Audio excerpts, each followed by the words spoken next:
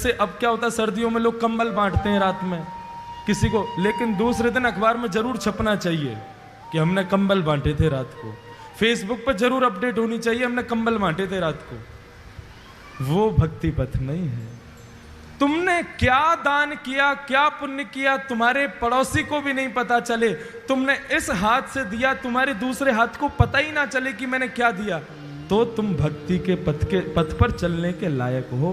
भगवान कहते हैं हम जो कुछ भी करते हैं सब कुछ भगवान को अर्पित करना है। बंधुओं, एक बात ध्यान से सुनना, भक्त, भक्ति, भगवान और गुरु और अलग अलग नाम हैं, लेकिन वास्तविक में एक ही है। कौन कौन से? भक्ति, भक्त, भगवान और गुरु। फिर से बता रहा हूं, भक्ति, भक्त, भगवान और गुरु, ये चार नाम हैं, लेकिन वास्तविक में एक ही है। भक्ति, भक्त, भगवंत, गुरु, चतुर नाम वपु एक, तिनके पग बंधन किए नाशहि विघ्न अनेक। एक बार एक सेठ जी ने कथा करवाई। व्यास जी आए, सेठ जी ने अपने सभी मित्रों को निमंत्रण दिया, बोले भाई सबको कथा में आना है, हमने कथा करवाई है। अब यहाँ गर्ग जी ने कथा करवाई, उन्होंने सब अपने फैमिली मेंबर्स को, अपने मित्रों को इनवाइट किया ना, सब आए। तो जैसे कोई अगर अच्छा हमारा दोस्त आता है तो हम क्या करते हैं, उसको स्टेज पर लेकर के जाते हैं महाराज जी से मिलवाने के लिए। महाराज जी हमारा बहुत अच्छा दोस्त है ये। ऐसे ही वो सेठ जी ने कथा करवाई तो उनका एक दोस्त आया, अपने दोस्त को लेकर के ऊपर मंच पर गए और मंच पर जाकर के महाराज जी से मिलवाया। और वो दोस्त जो था वो कभी भजन वजन नहीं करता था, लेकिन अपने दोस्त के कहने पर वो आ गया था कथा में। आज जैसे ही मंच पर आया, ध्यान से सुनना सभी लोग, संत जो थे वो चेहरा देख करके ही समझ जाते थे कि आदमी भजन करता है कि नहीं करता। जैसे ही वो उनके पास आया तो जो वक्ता कथा कर रहे थे उन्होंने उससे कहा, वो सब तो ठीक है महाराज, आप थोड़ा भजन किया करो, आप भजन नहीं करते हो। वो आदमी कह रहे, अरे महाराज जहर खाने का समय नहीं है, आप कह रहे हो भजन किया करो। एक सेकंड का समय नहीं मिलता मुझे फैक्ट्री से, आज बड़ी मुश्किल से 5 मिनट निकाल के आया हूं आपकी कथा में आने के लिए, बहुत समझिए आप। संत बोले, अच्छा तुम यदि भजन करोगे ना तो तुम्हारी जो बिजनेस है ना वो 10 गुना ज्यादा तीव्र गति से कमाई करवाएगा तुम्हारा, देख लेना। अब जिसको अपनी बिजनेस की पड़ी रहती है और बढ़े, और उसको तो उपाय चाहिए कैसे भी बढ़े। अच्छा सच में? बोले हाँ, 5 मिनट बस भजन करना है तुम्हें, सब हो जाएगा काम। कहीं भी समय निकालो, 5 मिनट भजन करो। तो उसने कहा कभी भी कर सकते हैं? बोले हाँ कभी भी करो। और उस भले आदमी ने पता कौन सा समय चुना? सुबह सुबह बाथरूम में बैठ करके भगवान का भजन करता था। बाथरूम में बैठे बैठे सीताराम सीताराम सीताराम कहिए, जाहि विधि राखे राम ताहि विधि रहिए। सीताराम सीताराम सीताराम कहिए, जाहि विधि राखे राम ताहि विधि रहिए। ओ सीताराम सीताराम सीताराम कहिए, जाहि विधि राखे राम ताहि विधि रहिए। सीताराम सीताराम सीताराम कहिए, जाहि विधि राखे राम ताहि विधि रहिए। सीताराम सीताराम सीताराम कहिए, जाहि विधि राखे राम ताहि विधि रहिए। सीताराम सीताराम सीताराम कहिए, जाहि विधि राखे राम ताहि विधि रहिए। बाथरूम में बैठा बैठा वहीं गाता था। पेट भी साफ हो रहा है, मन भी साफ हो रहा है, दोनों एक साथ हो रहे।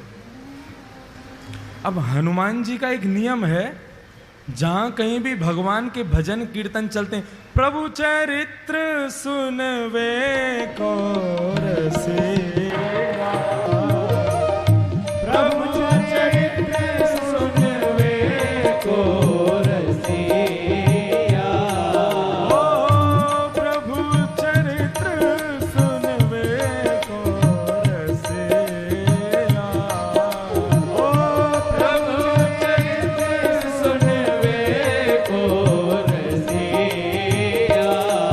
और राम लखन सीता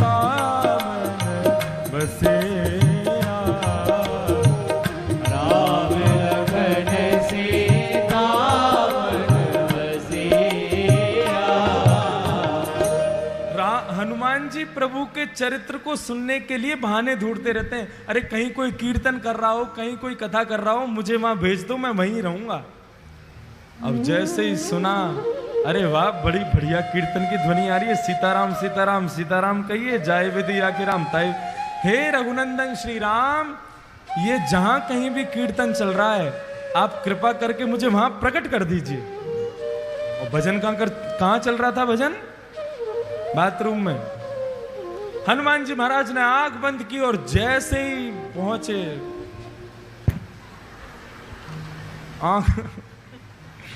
आंख खोल करके देखा, हनुमान जी महाराज का पूरा दिमाग खराब हो गया। क्या कर रहा है भाई? बोले भजन कर रहा हूं। यही जगह मिली थी तुझे भजन करने की? एक तमाचा मारा खींच करके उसको, रुक जा तेरी शिकायत करके आता हूं अभी राम जी से, कभी भी तुझे वैकुंठ नहीं बुलाएंगे अपने पास में। हनुमान जी का ऐसा दिमाग खराब हुआ, सीधे भगवान। अब इसका मतलब ये मत सोचना सुबह सुबह आप भी कहीं भी कर लो भजन, तो कोई बात नहीं है। हनुमान जी महाराज सीधे राम जी के पास पहुंचे। राम जी के दरबार में जैसे ही पहुंचे, राम जी महाराज बड़े दीनहीन सा मुख बना करके दर्द के मारे करा रहे थे, बैठे थे चुपचाप। हनुमान जी महाराज बोले, मेरे रघुनंदन श्री राम, मेरे प्यारे श्री राम, आपको मैं प्रणाम करता हूं। प्रभु आज एक आपको बड़ी बड़ी विचित्र बात मुझे बतानी है आपको। राम जी बोले, हाँ बताओ। नहीं पहले आप बताओ, आप इतने उदास क्यों हो? नहीं कुछ नहीं, ऐसा कुछ नहीं। नहीं नहीं प्रभु बताना तो पड़ेगा आपको। अरे भाई बोला ना कुछ नहीं। प्रभु आपको मेरी सौगंध, बताइए ना क्या बात है। मैं आपको दुखी नहीं देख सकता, आप एक बार बताइए तो सही क्या कष्ट है। राम जी बोले, हमारी पीठ में बहुत तेज दर्द हो रहा है। बोले क्यों? बोले स्वयं खुद ही देख लो। जैसे पीछे पीठ के पास गए, हनुमान जी बोले कहां देखना है? बोले हमारा अंग वस्त्र हटाओ। अंगवत जैसे ही हटाया महाराज, बानर के पंजे का निशान बना हुआ था वहां पर। हनुमान जी महाराज बोले, प्रभु किस बानर की इतनी हिम्मत हो गई, मेरे होते हुए आप पर प्रहार किया उसने? राम जी बोले, बस ऐसे ही है, कुछ लोगों को ज्यादा ही छूट मिल गई है। बोले नहीं नहीं प्रभु आपको बताना तो पड़ेगा, ये लगी कैसे आपको? राम जी बोले, हम नहीं बोलेंगे। बोले नहीं नहीं प्रभु बताना पड़ेगा। बोले हम नहीं बताएंगे।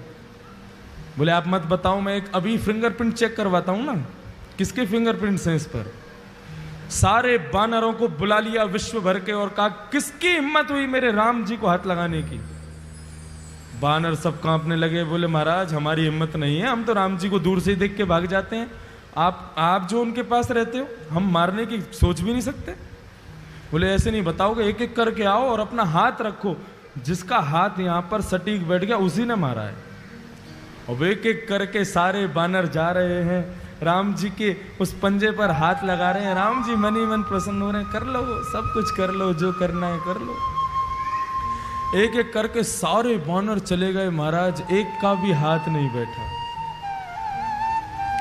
हनुमान जी चरण पकड़ के बैठ गए, प्रभु बताइए ना किसने मारा? इनमें से तो कोई भी नहीं था। अच्छा बता दूं? बोले हाँ बताओ। तुमने अपना हाथ लगा के देखा क्या? हनुमान, अच्छा मैं आपको लगता है मैं मारूंगा? नहीं मैं मार तो नहीं सकते, पूछ रहा हूं तुमने लगा के देखा? बोले नहीं, एक बार देख के आओ। हनुमान जी महाराज पीछे गए, घबराने लगे, कांपने लगे। बोले मैं हाथ कैसे लगाऊं? और जैसे जैसे हाथ पास आता जावे वो वैसे वैसे मैच होता जावे। और जैसे ही रखा बिल्कुल उसी शेप का था जिस शेप का हनुमान जी का हाथ। हनुमान जी रोने लगे, प्रभु मुझसे ये अपराध कैसे हो गया? तब राम जी कह रहे हैं कि भक्त भक्ति भगवंत गुरु चतुर नाम वपुए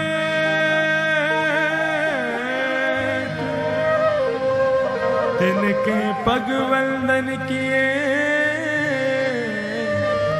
नाशहि विघ्न अनेक। हनुमान भक्ति, भक्त, भगवान और गुरु, जब मनुष्य मेरा भक्त बन जाता है ना तो वो मेरा ही स्वरूप हो जाता है। उस पर आया कष्ट वो मुझे भी लगता है। तुमने मेरे एक भक्त को मारा, वो पीड़ा मेरे भक्त को कम हुई, मुझे ज्यादा हुई है, इसलिए मेरी कमर में लगा है। बंधुओं, भगवान कहते हैं जब व्यक्ति सर्वस्व मुझे अर्पित कर देता है तो उसका दुख मेरा दुख है, उसका सुख मेरा सुख है, उसका आनंद मेरा आनंद है। और वही भक्ति पथ का पहला स्वरूप है। हम जो कुछ भी करते हैं सब कुछ भगवान को अर्पित करना है। फिर दुख की घड़ी में भी वो तुम्हारे साथ है, सुख की घड़ी में भी वो तुम्हारे साथ है। ये भक्ति पथ का पहला मार्ग समझ में आ गया सब लोगों को। हम जो कोई भी पुण्य करते हैं, एक बार मुख से यदि हरि नाम भी निकलता है तो भी भगवान से कहो प्रभु मुझे इसके बदले कुछ नहीं चाहिए, आप रखिए। भगवान की दरबार में तीन चीज हमेशा याद रखना, तुच्छ, कुछ और सब कुछ। हमारे घर पर कोई मांगने वाला आ जाता है तो हम अपने घर की सबसे तुच्छ वस्तु उसको देते हैं, देते कि नहीं देते?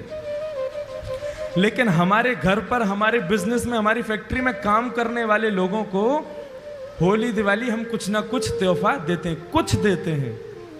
लेकिन अपने खुद के बेटे और खुद की बेटी को हम सब कुछ दे देते हैं। यही रूल भगवान के मंदिर में लागू होता है।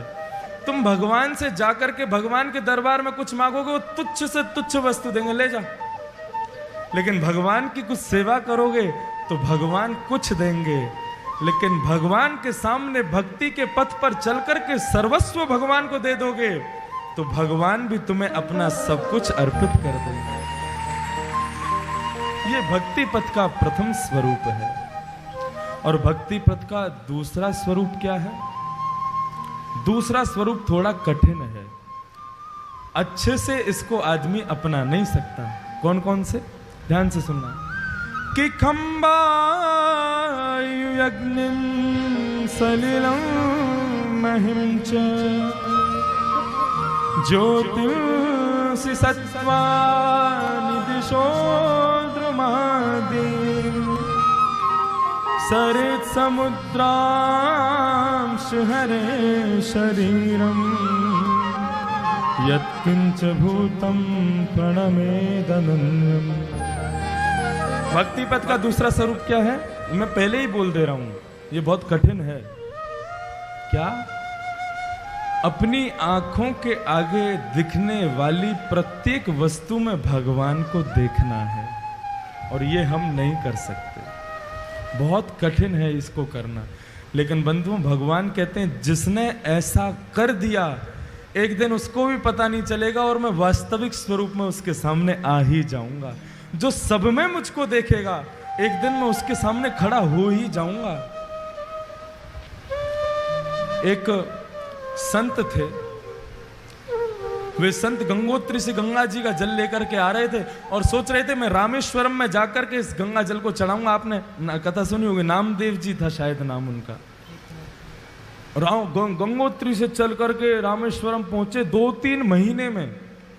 और जैसे ही रामेश्वर भगवान के मंदिर का शिखर दिखने लगा, वे बड़े, अरे जय हो मेरे राम, अब तो बस कुछ ही क्षणों में पहुंचने वाला हूं, मैं अपना गंगा जल चढ़ाने वाला हूं रामेश्वर भगवान पर। मैं इतने में ही क्या देखा, समुद्र के किनारे एक गधा प्यास के मारे व्याकुल है, जीभ बाहर निकाल करके इधर उधर लौट रहा है। अब वो सामने मंदिर को देखें और यहां गधे को देखें। यदि गधे को पानी नहीं पिलाया तो मर जाएगा, मंदिर में पानी नहीं चढ़ाया तो मेरी इतने दिन की मेहनत बर्बाद चली जाएगी। नामदेव जी ने सोचा, सब घट मेरा साइया, वो ईश्वर सब जगह विद्यमान है। अपने 3 महीने की सारी तपस्या को उन्होंने व्यर्थ कर दिया और गंगा जल के उस ढक्कन को खोल करके गधे के मुख में डाल करके रामेश्वर भगवान के शिखर को देख करके कहा, हे रामेश्वर भगवान, आप मेरे इस गंगा जल को यहीं से स्वीकार कीजिए। और जैसे ही गंगा जल गधे के मुख में गया, देवाधिदेव महादेव शंकर भगवान प्रकट हो गए। बोलो रामेश्वर भगवान की जय। सब में भगवान को देखना, ये भक्ति पथ का दूसरा स्वरूप है। बंधुओं, हमारी कथा है रामेश्वरम में 21 दिसंबर से 28 दिसंबर तक। और आपको बताएं, दिल्ली से बहुत लोग जा रहे हैं, हमारा पूरा गर्ग परिवार भी वहां पहुंच रहा है, आ रहा है। आप भी जो लोग आना चाहें, या तो हमारे पंडित जी से मिल लें, हमारे ऑफिस में बात कर लें, या फिर गर्ग जी से कह देना। अब तो गर्ग जी हमारे घर के से ही हैं, आप उनको कह देना हमें भी चलना है, तो वो आपकी वहाँ की बुकिंग हमारे द्वारा करवा देंगे।